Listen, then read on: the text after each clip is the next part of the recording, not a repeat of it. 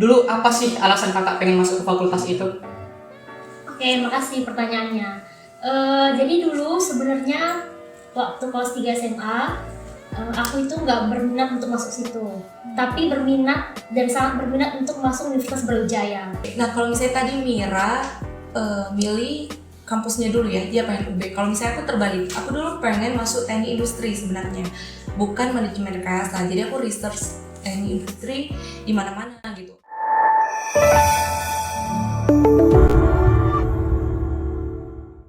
Kita lanjut ke sesi Q&A dari Instagram nih Kak. Tadi itu kan pertanyaan dari tim podcast gitu. Jadi di sini kita ada pertanyaan dari teman-teman yang udah dikirim dari dikirim ke Instagram unggulan.semasasi nih Kak. Pertanyaan pertama dari Bang Estro _Syahaloho. Bang Estro, coba sih jadi satu. Bagaimana tolak ukur kakak tentang produktif? Masih punya ambis tertentu nggak di masa pandemi ini? Mungkin bisa dijawab dari Kak Miranda dulu. Produktif. Menurut aku produktif itu kita melakukan sesuatu yang bermakna, bernilai dan teratur gitu. Menurut aku ya gitu. Jadi tidak, sebenarnya bersantai-santai itu perlu. Itu bisa jadi bagian dari produktif ketika kita punya satu hari yang sangat penuh jadwalnya gitu. Jadi produktif itu punya berbagai makna sebenarnya, tapi ya itu tentang melakukan banyak hal, apa aja, ngapain aja. Misalnya nih menggosok aja itu produktif tuh, bisa aja itu produktif bagi sebagian orang. Nah bagi sebagian orang yang menurut mereka nggak produktif, bagiku produktif itu harus terus kerja di laptop dari pagi sampai malam. Nah gitu. Jadi produktif menurut aku ya begitu kita melakukan sesuatu yang teratur, terjadwal, dan memang sesuai dengan porsinya masing-masing. Apa lagi tadi bisa bilang? Masih punya ambisi tertentu nggak di masa pandemi ini? Ambisi pastilah. Kebetulan aku lagi pengangguran ya, maksudnya lagi sedang tidak mengerjakan sesuatu gitu. Jadi ya pasti ambisiku sekarang ya untuk dapat pekerjaan yang baru gitu. Walau sebelumnya pernah, tapi sekarang mau lagi sedang tidak ada. Ya ambisiku saat ini itu mencari pekerjaan baru untuk lebih bisa nggak berhenti. Mungkin Bang Estro kan dosen nih, bisa nih kasih omongan buat Kak Miranda lagi sama-sama kayak situ. Buat Kak Tio, gimana sih Kak tolak ukurnya tentang produktif di masa ini? Kalau misalnya menurutku produktif itu how to put everything in order gitu. Gimana cara kita membuat semua itu ya sesuai dengan porsinya masing-masing, kayak kata Mira tadi. Gimana cara kita memprioritaskan sesuatu gitu. Jadi apa tolak ukurnya kita produktif? Ya kita bisa mengerjakan sesuatu yang seharusnya kayak gitu. Kita bersantai-santai pada waktunya, kita bekerja pada waktunya kayak gitu. Menurutku kalau misalnya tolak ukur kayak gitu. Nah untuk di masa pandemi ini ada sih ambisi untuk produktif, untuk men-challenge diri lebih lagi lah. Kalau misalnya sekarang kan sebenarnya aku agak murtad ya, aku sebenarnya dari manajemen rekayasa tapi sekarang bekerjanya di field yang ekonomian kayak gitu. Jadi ya gimana sekarang itu ambisi. Oh ya, kata sifat saya jadi terbawa-bawa teman-teman. Oke. Nah kalau misalnya aku itu ya ambisinya pengen mengembangkan kapasitas lah gitu, belajar. Berarti itu ya tadi teman-teman, tolak ukur dan ambisi kakak-kakak ini di masa pandemi. Kita lanjut ke pertanyaan kedua Kak. Ini dari pertanyaan teman kita yang ada di sini, Tian_SNMPR. Dia nanya, bagaimana sih cara belajar biar belajarnya lebih produktif? Gimana nih Kak? Oke, jadi ini untuk semua adik-adik, termasuk adikku yang jika menonton ini. Gimana sih sebenarnya cara belajar yang produktif kayak gitu ya? ya beda-beda tiap orang sebenarnya. Iya. Tapi kenali pola kalian gitu. Kalian sukanya gimana? Kalian sukanya malam kah belajar atau misalnya siang kayak gitu. Kalau misalnya dari aku sendiri ya, misalnya aku nggak suka kalau belajar itu ada yang ribut. Gitu. Kan ada orang yang sambil pakai headset gitu sambil ngerjain soal, aku nggak bisa gitu. Harus benar-benar hening gitu. Terus dulu aku rasanya kayak kalau misalnya siang kayak nggak terlalu bisa fokus gitu. Ya udah belajarnya malam gitu. Nah, untuk anak-anak yang mau ujian, yang mau belajar kayak gitu, ya kenali diri sendiri, itu yang penting gitu. Semua itu berawal dari mengenal diri sendiri. Kalian gini, sebenarnya itu berhubungan sih. Kalian kenal sama diri kalian tahu pola belajar yang bagus buat kalian tahu kalian ke depan mau jadi apa, gimana cara kalian meraihnya gitu. Jadi semua akarnya kayak gitu. Dan ini mau sacrifice, mau mengorbankan sesuatu. Ya enak kali Korea gini ya enak sih, cuma ketika kalian mendapatkan mimpi kalian masuk ke suatu PTN gitu ya, kalau misalnya untuk anak-anak kelas 12 ya itu lebih penting gitu. Jadi gimana kalian buat prioritas kalian gitu. Oke. Untuk Kak Miranda sendiri gimana nih Kak? Sama sih ya, dibilang Tio semuanya. Tapi kalau aku pribadi, satu yang paling penting motivasi diri dan sadar diri gitu aja. Karena ketika semua orang pasti pernah jenuh, pasti pernah ya semuanya lah capek gitu. Ya kayak Tio bilang, prioritas mana sekarang, istirahat nggak apa-apa, ambil waktu. Tapi kalau aku selalu bilang sama diri, sadar diri kau tuh nggak pintar. Itu sama aku diri sendiri, aku di kaca untuk kau itu nggak pintar kali, masih banyak jauh lebih pintar di sana gitu. Kalau nggak terus apa yang bisa kau lakukan sekarang? Nah, lakukanlah apa yang bisa kau mampu gitu. Aku selalu gitu dulu. Jadi entah apapun yang terjadi di depan, ketika kita udah berusaha itu kan tergantung dari Tuhan gitu. Jadi simpelnya dulu itu aku sempat agak meninggi kayak kayaknya menang ya aku SNMPTN gitu. Terus gak usah bimbel lah, ngapain buang uang. Dulu di sana kita ngekos lagi ramai, satu kamar 3 orang gitu kan di Medan. Jadi kayak ngapain. Waktu daftar bimbel masih berpikir gitu, dan itu karena ikut-ikutan teman. Nah, ketika udah nyampe sana, ngekos pertama kali jauh dari orang tua, baru di situ sadar diri. Barulah mulai kayak oke, sampai sini ngapain? Kalau kalian mau gimana? Nangis kan gitu. Tapi nangis karena apa? Karena klien sendiri gitu. Nah, akhirnya mulai dari situ benar-benar berubah semuanya. Pola belajar diubah, pola main diubah, semuanya benar-benar diubah. Nah, ketika kita siap berubah dan ketika kita punya motivasi, ternyata Tuhan berkehendak, oke, kamu menang SNMPTN, udah gitu.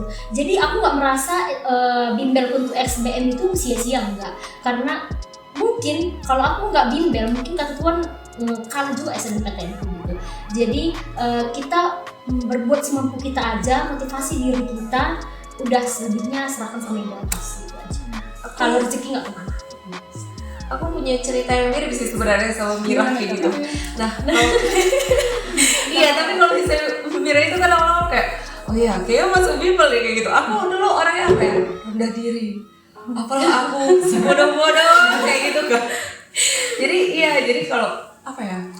Kalau rasanya udah rendah diri kan di sini, walaupun orang kayak melihat kita kayak mungkin wah sepertinya anak ini mampu gitu, dalam hati aku tidak mampu kayak gitu, kayak kata Mira ada juga perasaan itu gitu kan.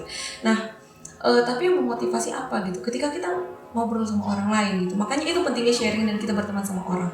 Ketika kami dulu puji Tuhan punya kesempatan untuk bimbel di Medan walaupun sebentar kayak gitu, lihatlah anak-anak dari sekolah lain kayak gitu. Misalnya dulu aku nggak boleh kesetahu biar gitu.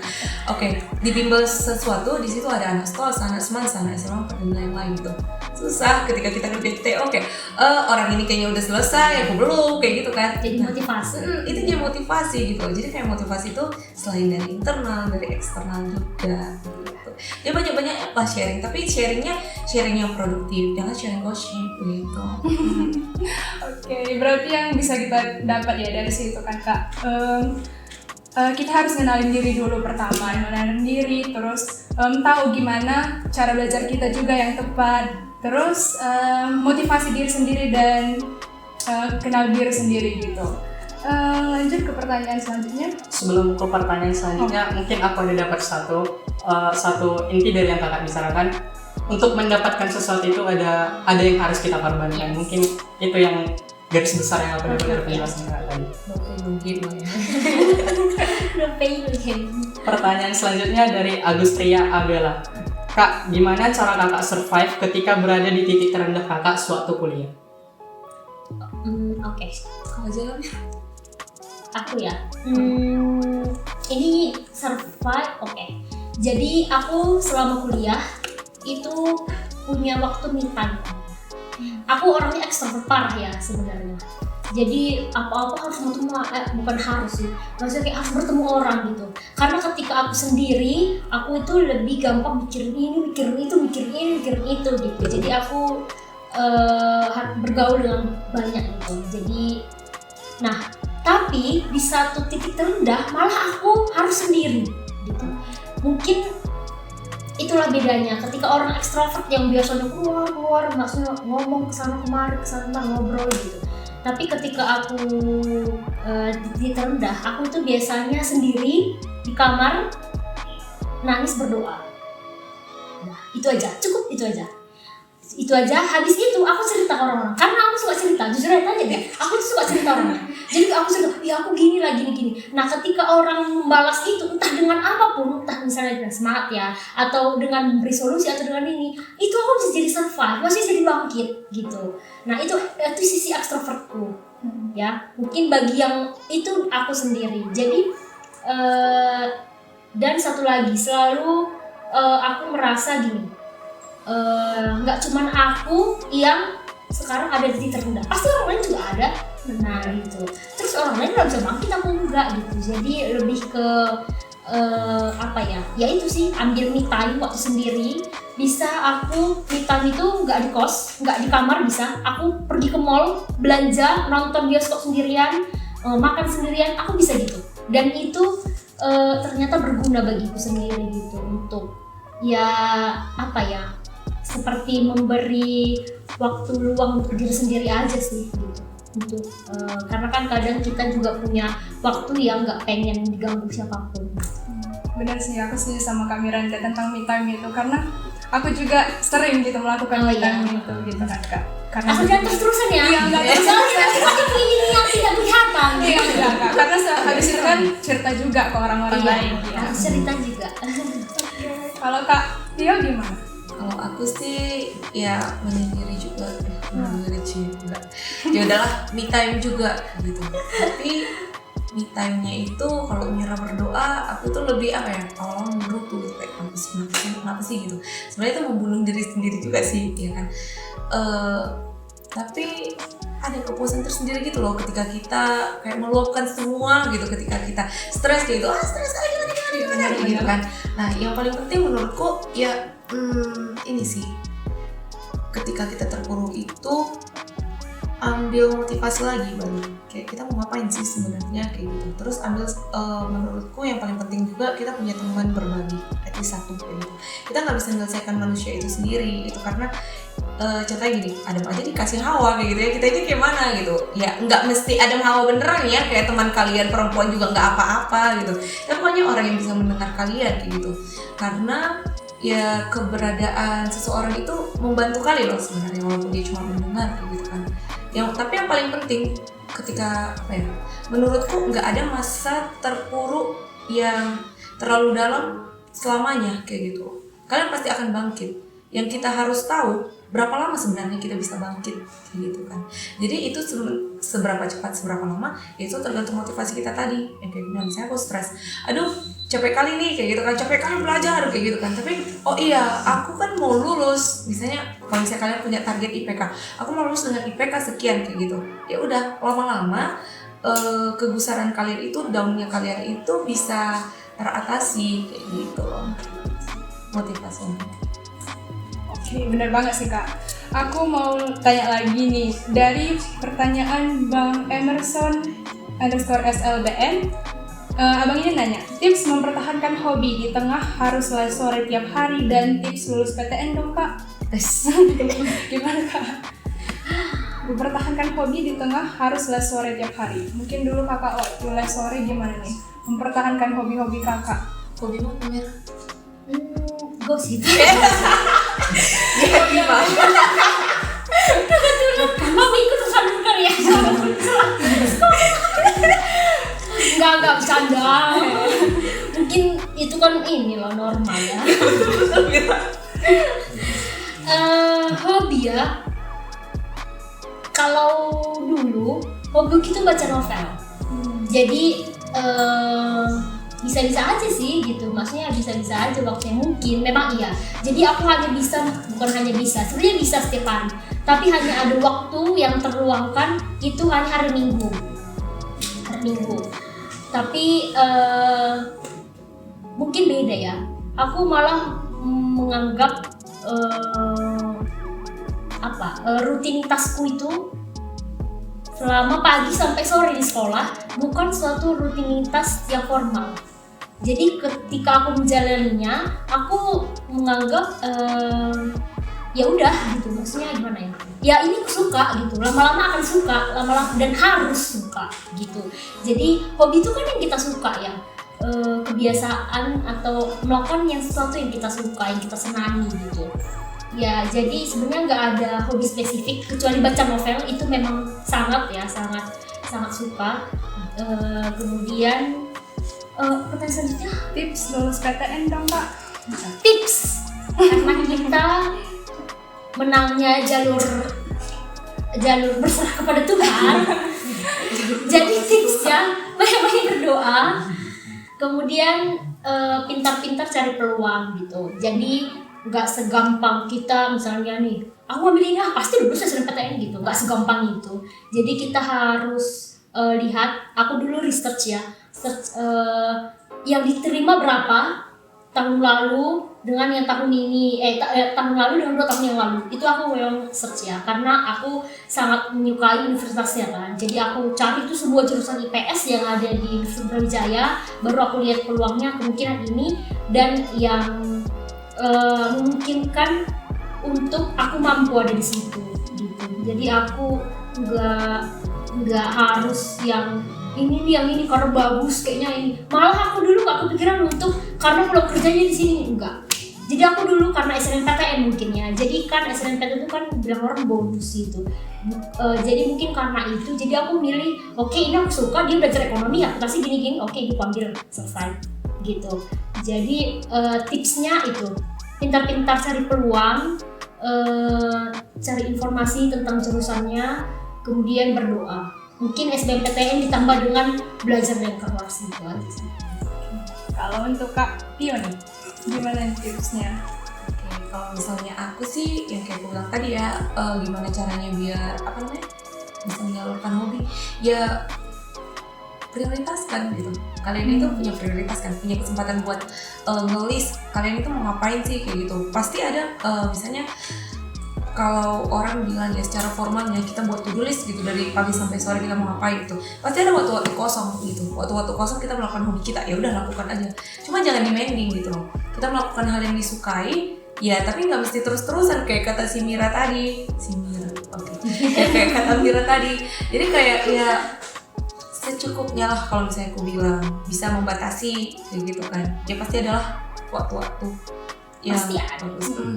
Terus apa namanya, Tips masuk PTN, tips lulus PTN kayak gitu ya.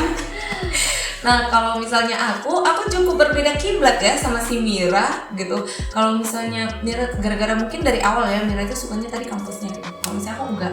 Kalau aku sih lebih gini, kalian tahu kemampuan kalian tahu apa yang sesuai dengan kemampuan kalian, ya udah kayak gitu, yang sesuai dan yang akan menghasilkan duit sih, enggak. Tujuan orang kuliah ngapain duit gitu, enggak juga ya. Oke. Pokoknya ya lihat peluang gitu loh. Ketika mikirnya menurutku jangan short term gitu, tapi long term. Ketika kalian masuk, kalian mau ngapain sih setelah dari situ gitu. Aku sebenarnya kayak gini, kalau misalnya kata orang ini ya, misalnya kalian nih, aku bertanya dulu biar kalian terchallenge, nggak cuma kalian yang challenge kami. Oke. Oke, passion itu penting nggak sih sebenarnya? Gitu. Kuliah sesuai dengan passion kalian? Penting ya. Penting, ya penting. Tapi nggak apa ya? Menurutku penting, tapi nggak sepenuhnya penting kayak gitu. Karena apa? Passion itu apa sih sebenarnya? Passion itu kayak apa ya? Keinginan, kemampuan, bla bla bla kayak gitu ya, mirip lah ya. Kalau misalnya menurutku ya, ketika kalian mau aja dulu. Kalian nggak terlalu tapi kalian mau berusaha di situ, kalian akan bisa pada akhirnya kayak gitu. Jadi makanya itu untuk menentukan PTN ini sebenarnya apa ya, seninya susah kayak gitu. Karena kan kalian harus tahu nih kalian nanti mau bakal jadi apa, kemampuan kalian itu kayak mana kayak gitu. Cara taunya apa namanya? Cara taunya kalian mau kemana kayak gitu ya, kayak kata Mira tadi gitu loh. Benar kayak peluang yang diterima berapa, yang mendaftar berapa kayak gitu. Atau misalnya kalau misalnya untuk jalur SNMPTN ya apa ya, alumni kita di sana kayak gitu. Nah, pokoknya tentang terus tips masuk PTN kan katanya, atau aku salah ya udah kan. Terus ya tetap belajar kayak gitu, prepare for the worst. Walaupun kalian itu umat-umat yang sama seperti kami mendoakan mujizat Tuhan untuk SNMPTN, tetap adik-adik harus belajar. Kalau misalnya aku dulu waktu bimbel itu sekamar ada 3 orang, ketika yang lain yang kayak iya dulu kan gini dulu kan kejadian lucu. Jadi kalau saya makan tiba-tiba dikasih piringnya merah, ya besok berarti kok kalah kayak gitu. Ya kalau hijau kok menang kayak gitu. Nah terus udah mau hari-hari dekat gitu kan, udah pengumuman nih besoknya. Teman-temanku yang kayak pada aduh siap-siap kayak kita besok pindah nih gitu. Aku saking gak percaya dirinya dan kayak ya ampun gimana ya, gak ada nih alumni dalam 2 tahun ini masuk gitu kan. Ya udah aku tetap belajar. Udahlah kalian pergi saja, aku akan pergi untuk belajar kayak gitu kan. Ya udah, walaupun pada akhirnya puji Tuhan saya tercemplung di fakultas dan jurusan gitu loh. Pokoknya ya belajar keras kayak gitu, nggak ada pengorbanan yang sia-sia deh gitu dimanapun kalian. Berarti intinya itu persiapan dan sadar akan diri sendiri itu penting ya Kak? Ya persiapan penting kali jujur. Iya nggak sih, penting kali kok ketawa kira. Pertanyaan berikutnya dari Daniel.darkstar. Hal yang berat untuk tetap produktif itu apa aja bagi kakak? Mungkin bisa dimulai dari Kak Tia atau Kak Miranda. Hal yang berat untuk Tetap produktif. Kemageran. Ya pastilah, hanya semua orang itulah malas ya. Kemalasan itu pasti berat lah untuk bangkit dari kemalasan itu gitu. Tapi gini, ketika kita pengen gini, aku pernah di satu titik itu pengen mau tiduran aja seharian ini gitu, gak produktif lah istilahnya gitu. Ternyata beberapa lama seperti itu malah jadi capek. Enggak pernah pasti pernah deh orang merasakan capek, tiduran doang tuh capek gitu. Jadi itu mungkin kayaknya orang harus coba kalau mau tahu apanya ya, harus dipraktekkan sih kayaknya. Jadi praktekkan, kalian tidak produktif satu harian, entah hari pas kapan itu, pas ada waktunya. Nah pasti ada pelajaran yang kalian dapat dari ketidakproduktifan itu gitu. Jadi kayak ternyata mending produktif deh gitu. Jadi terserah, kalau emang mau melakukan silahkan melakukan. Kalau nggak mau melakukan ya ketika kalian bangkit dari ketidakproduktifan itu berarti men-challenge kalian diri kalian sendiri juga sih menurut aku gitu. Karena itu kan seperti zona nyaman ya. Jadi ayo produktif, enak kok produktif. Buat Kak Tio? Kalau aku yang mengambil produktif ya sama kayak Mira, mager gitu kan, mager terus hal-hal yang menyenangkan, ya kan, hobi. Kalau misalnya hobi terus-terusan dilakukan dan hobi itu nggak produktif, menurutku ya nggak produktif juga gitu. Jadi ya terus ya distraksi dari luar lah. Misalnya kayak aku kan, produktifku sekarang apa sih? Kalau bilang mayoritasnya produktifku itu bekerja gitu. Hambatannya apa? Adikku yang sangat lucu gitu, bermain dan seperti itulah hal-hal yang menyenangkan selalu mendistraksi kita teman-teman gitu. Jadi ya gitulah yang menghambat produktif, Kemageran. mager sesuai dengan Oke, kita lanjut ke pertanyaan dari Jo_Pasaribu. Untuk Kak Tio nih katanya, kiat sukses masuk FTI ITB jalur SNMPTN. Gimana tuh Kak? Ya, terima kasih Jo_Pasaribu atas pertanyaannya. Semoga Anda termotivasi mendengar saya dan tidak down ya. Tips suksesnya itu apa? Ya, jalur apa tadi? SNMPTN. Iya Kak. Wah, spesifik ya jalur SNMPTN. Klise ya kalau misalnya aku bilang belajar terus kayak gitu, karena kalau misalnya SNMPTN ya kayak aku bilang jalur berkat Tuhan kayak gitu, banyak-banyak doa ya. Berarti pertama banyak-banyak doa, terus persiapkan dirimu, persiapkan dirimu, terus pintar-pintar ngambil ini ya, ngambil peluang lah kayak gitu. Tapi pastikan peluang kalian itu sesuai dengan kapasitas kalian kayak gitu. Kayak kira-kira mampu nggak ya gitu. Menurutku kalau misalnya kita minta tips ya untuk SNMPTN ini agak tricky gitu loh. Karena apa? Karena kayak aku bilang itu seperti gambling gitu. Lebih baik dia kayak, Kak bagaimana tips untuk masuk ITB titik gitu kan. Belajar keras ya gitu. Ya itu kamera kan belajar keras ya Jo kayak gitu. Terus apa ya? Ya itu kan kayaknya belajar keras dan tahan uji. Anak-anak ITB itu terkadang yang diapresiasi bukan ilmunya, tahan ujinya, bisa bekerja di bawah tekanan gitu.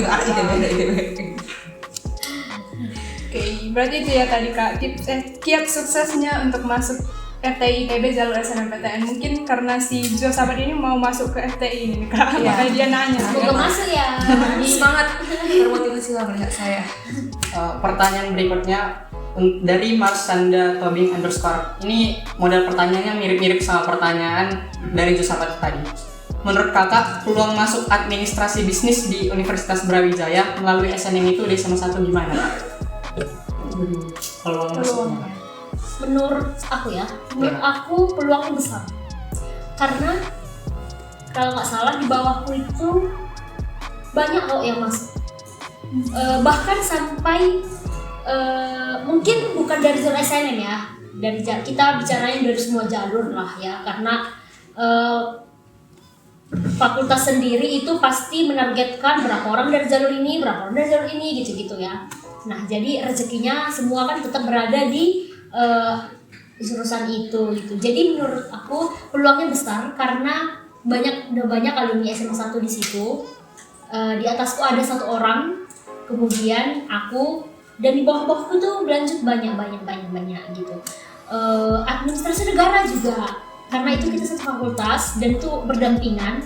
Hanya bedanya negara tuh membahas tentang pemerintah, maksudnya mengelola administrasi pemerintahan gitu. Jadi banyak kok, peluangnya banyak. Semoga menang. Hanya 2 tahun belakangan ini mungkin ya, aku kurang info, mungkin karena udah lulus juga. Jadi biasanya di sana itu kan ada sistem sambut mahasiswa daily. Jadi kita pasti tahu ini jurusan ini nih, jurusan ini gitu. Jadi karena aku udah lulus, jadi sejak aku lulus aku sudah ketinggalan informasi tentang siapa aja yang adik-adik yang masuk lagi gitu. Tapi sampai aku lulus itu masih banyak. Semoga tetap banyak. Amin. Oke, pertanyaan selanjutnya ya Kak. Dari Samuel HTG _00. Bagaimana menurut kakak mengenai lulusan teknik yang telah bekerja namun tidak sesuai jurusan? Ini pertanyaan untuk Kak Tio nih. Waduh, tertampar-tampar. Ya tahu ya latar belakangku. Oke. Menurutku nggak apa-apa sih sebagai orang yang murtad, maaf ya Mira gitu. Menurutku nggak apa-apa sebagai orang yang murtad. Kenapa? Aduh sebenarnya ini bahasannya kalau misalnya mau dalam lagi lebih berat lagi, tapi ini kita ambil di kulit-kulitnya aja. Menurutku nggak apa-apa. Kenapa? Karena apa yang dibutuhkan sebenarnya dari orang teknik gitu, ilmunya oke, ilmunya, tapi yang lebih penting juga yang kayak aku bilang, pola pikir, gimana cara kita berpikir sistematis menyelesaikan semua kayak gitu. Jadi menurutku nggak apa-apa sih kalau misalnya ada orang teknik tapi murtad ke jurusan lain kayak gitu. Tapi alangkah lebih baiknya gitu kalau misalnya kita bekerja sesuai dengan field kita. Kalau misalnya teknik kan sebenarnya mirip-mirip sama ini ya, apa ya, syarat dengan manufaktur, kita bilang ya kan, syarat dengan manufaktur. Ada baiknya kalau misalnya dengan kondisi Indonesia yang seperti ini sekarang ya, kalau kita melakukan orang teknik kayak gitu ya nggak apa-apa sih kalau misalnya kita tetap berada di jalur itu, di jalur manufaktur, biar kita memperkuat manufaktur Indonesia, terus kita bisa memperkuat apa ya, kondisi ekonomi Indonesia kayak gitu. Jadi nggak apa-apa, tapi alangkah baiknya gitu, itu kesimpulannya. Pertanyaan selanjutnya masih dari Samuel HTG_00. Bagaimana menurut kakak mengenai orang-orang yang sering bilang kuliah itu cuma nganggur dengan gaya? Nganggur dengan Gaya. gaya. Perhatikanlah kami. Bagaimana Mira, aku agak